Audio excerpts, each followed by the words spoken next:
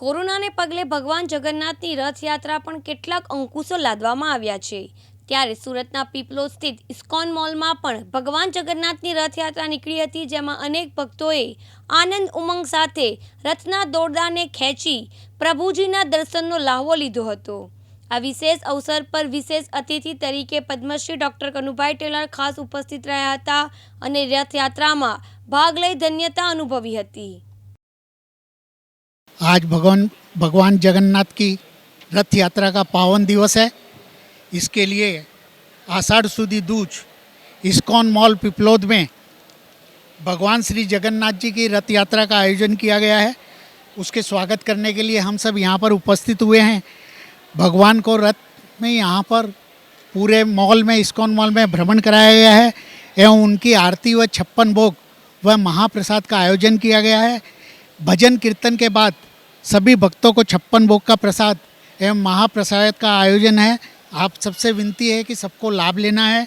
कार्यक्रम का जो है आयोजन लालजी भाई फोफलिया बाउंसी के फर्स्ट फ्लोर पे जो पे गेम का जोन है उनके द्वारा, श्री राम जी शर्मा मुखवास बालाजी उनके द्वारा, श्री अशोक भाई मंजी रोड सेफ्टी अकादमी के द्वारा और मैं सुशील कुमार नंगलिया कार्यकर्ता, उन सबके द्वारा मिलकर किया गया है।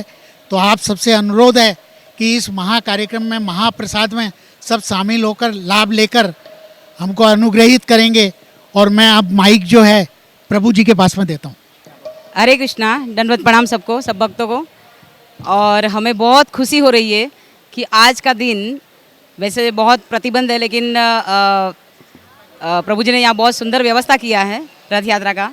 और कहा जाता है कि आज के दिन भगवान का वैसे अनंत स्वरूप है, और अनंत स्वरूप में से ये जो जगन्नाथ बलदेव सुभद्रा महारानी का जो स्वरूप है बहुत ही करुणामयी है। और कितना भी पतित हो तो भी भगवान उसका उद्धार कर देते, अरे एक बार दर्शन कर ले तो भी। तो यहाँ पर बोला गया है कि जगन्नाथ, आवाज़ आ रही, तो जगन्नाथ कोई अगर खिड़की से भी अगर देख ले, जगन्नाथ निकल रहे हैं और कोई खिड़की से भी देख ले और उसकी इच्छा ना हो, लेकिन अगर एक बार भी देख लिया तो भी वो नर्क जाने से बच जाएगा। तो आज का जो आयोजन है, प्रभु जी ने सबका उद्धार करने के लिए ये सुंदर आयोजन किया जगन्नाथ बलदेव सुभद्रा महारानी का रथ यात्रा का।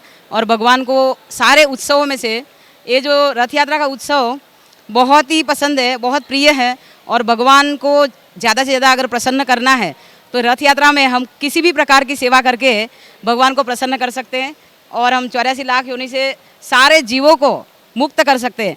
पूरा जीवन भर अगर हम भक्ति करें, अगर तपस्या करें, साधना करें, लेकिन जो प्राप्त नहीं कर सकते, जो खाली एक भगवान की दृष्टि मात्र से हमारा कल्याण हो जाता है। तो जगन्नाथ बलदेव सुभद्रा महारानी की जय, हरि बोल। रथ यात्रा महोत्सव की जय, हरि बोल।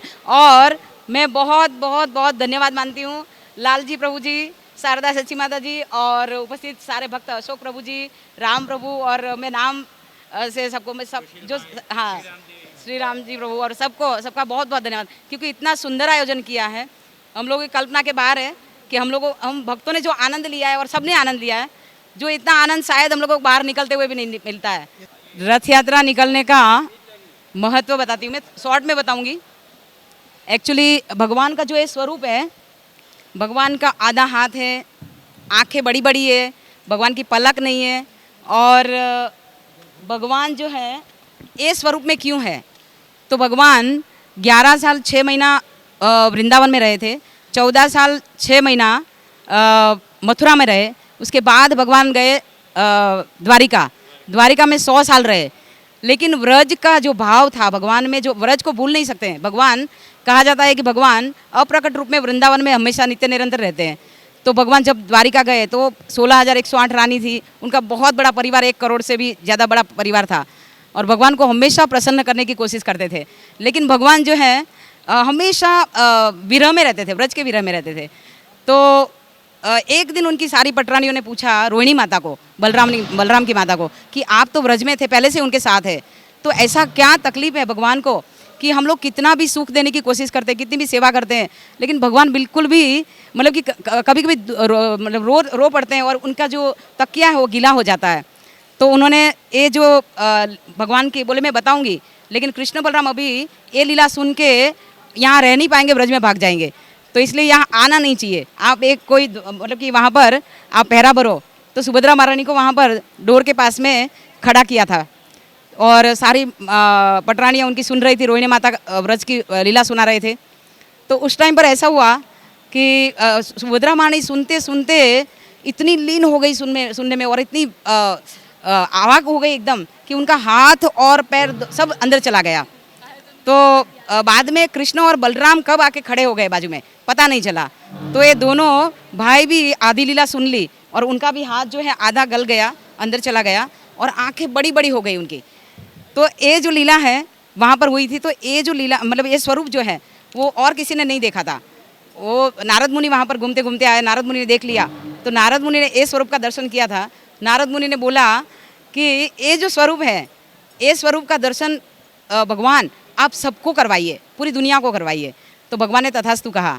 तो ये जो जगन्नाथ का स्वरूप इस तरीके से है। और फिर ये कथा लंबी है, मैं अभी आगे नहीं बता सकती, बहुत लंबी है कि जैसे हाँ। तो मतलब कि जो भगवान और ये रथ यात्रा का जो भगवान का जो ये स्वरूप है वो कुरुक्षेत्र में जब गए थे भगवान, तो वहाँ पर 100 साल के बाद और वहाँ पर जब गए थे तो ब्रजवासी पर मिले थे और सबका मिलन था, द्वारिकावासी ब्रजवासी का 100 साल के बाद। तो गोपियों और राधा रानी को भगवान ने बोला कि चलो हम रास रचाते हैं यहाँ पर। तो उन्होंने देखा कि ये तो ऐश्वर्य भाव में है। तो राधा रानी को ये भाव नहीं आ रहा था कि ये ब्रज का भाव नहीं आ रहा था। तो उन्होंने बोला नहीं, हम लोग यहाँ पर रास नहीं रचेंगे, हम लोग वृंदावन जाएंगे। और तब जाके भगवान को मानसिक रूप में रथ पर आरूढ़ किया और अपनी रस्सी से बांधकर भगवान को रथ पर बिठा के जगन्नाथ बलदेव सुभद्रा महारानी को रथ पर मतलब खींचा वहाँ से। तो ये रथ यात्रा वहाँ से शुरू हुई। तो ये जो कहा जाता है कि भगवान का जो भाव है व्रज में आ जाने का है, व्रज में जाने का।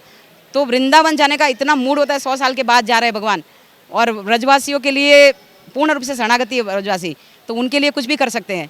तो भगवान इतने प्रसन्न है रथ पर बैठकर कि कोई भी अगर रथ यात्रा का उत्सव करवाता है या कुछ भी किसी भी प्रकार की सेवा करता है और भगवान मतलब जो रथ रास्ते में निकलते हैं तो कोई भी कितना भी पतित हो उसका भी कल्याण कर देते हैं। तो ये स्वरूप इस तरीके से भगवान का है। और कोई भी किसी भी अभी ये माइक लेके खड़े हैं या कैमरा लेके खड़े हैं, आप सब यहाँ सुन रहे हैं, किसी भी प्रकार की सेवा कर ली उनका कल्याण कर देते हैं। तो ये अत्यंत दयालु स्वरूप है जगन्नाथ का और ये कलयुग के देवता है। और जो उनका देव है और उनके जो स्वरूप हैं वो इतनी कृपा नहीं देंगे जितनी कृपा ये जो है भगवान देंगे जगन्नाथ। तो जगन्नाथ बलदेव सुभद्रा महारानी अत्यंत दयालु, उनमें ऐश्वर्य भाव भी हैं। वो राजा के रूप में रहते हैं, उनको भोग भी 56 मतलब की वैरायटी चाहिए। और वो क्योंकि वो द्वारिका से आए भगवान, ये स्वरूप हुआ राजा स्वरूप में। और उनमें औदार्य भाव भी है, यानी कलयुग में जो चैतन्य महाप्रभु बंगाल में आए वो भी उनमें लीन थे।